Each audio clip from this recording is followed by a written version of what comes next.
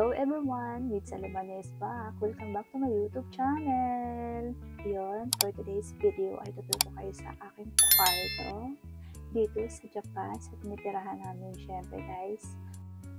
So guys, at na-miss ko talaga mag-vlog. Kaya ngayon, ituturo ko kayo sa aking kwarto. Yan. Go!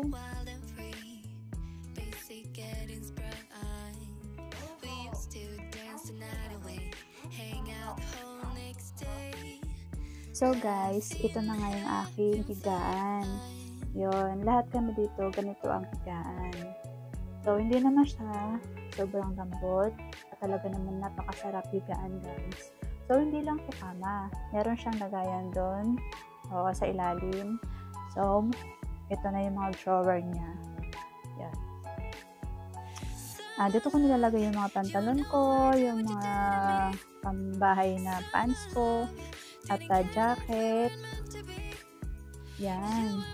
Ito naman yung mga panyo, face mask at medyas. Parang napagod ako. Ito naman yung mga t-shirt na pangbahay o pangbakad. Ito yung pinaganda dito guys sa kama na to kasi may drawer. So guys, ito naman yung isa. Yan. Wow. Dito ko nilalagay yung mga sapatos ko. Yan. Kaya na nga guys, sa loob ng isang taon, pa lang yung nabibili ko dito. Yun, isang yan. So, maraming salamat sa mga nagbibili sa akin ng sapatos. Shout out kay Jojo. Yun, pero may kapalit to. Yun. Thank you sa'yo. At kay Grace. Yun. Kay Joby. Maraming salamat sa inyo guys. Lagi kayong mag-iingat. At yun ang kinaganda pa rin dito sa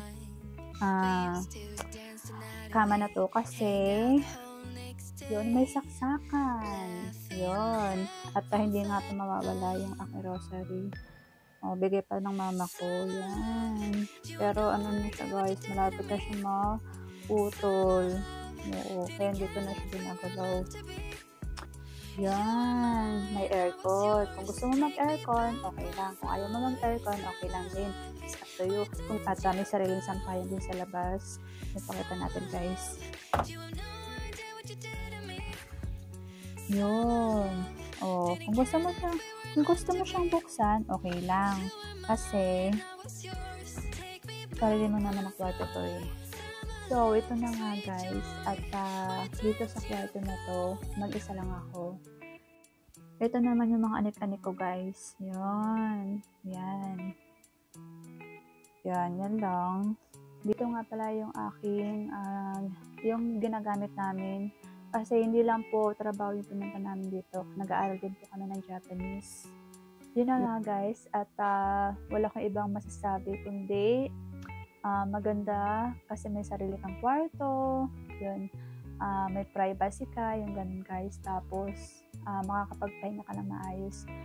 Kahit maghapon ka nagtrabaho or pagod ka sa trabaho, talaga naman masarap magpahinga kasi hindi lang siya malinis, kundi mabait din yung may-ari ng bahay. So guys, hanggang dito na lang ang aking mini vlog. Kaya kung bago ka lang sa aking YouTube channel, huwag mo kalimutan i-like at subscribe mo na rin ang aking YouTube channel.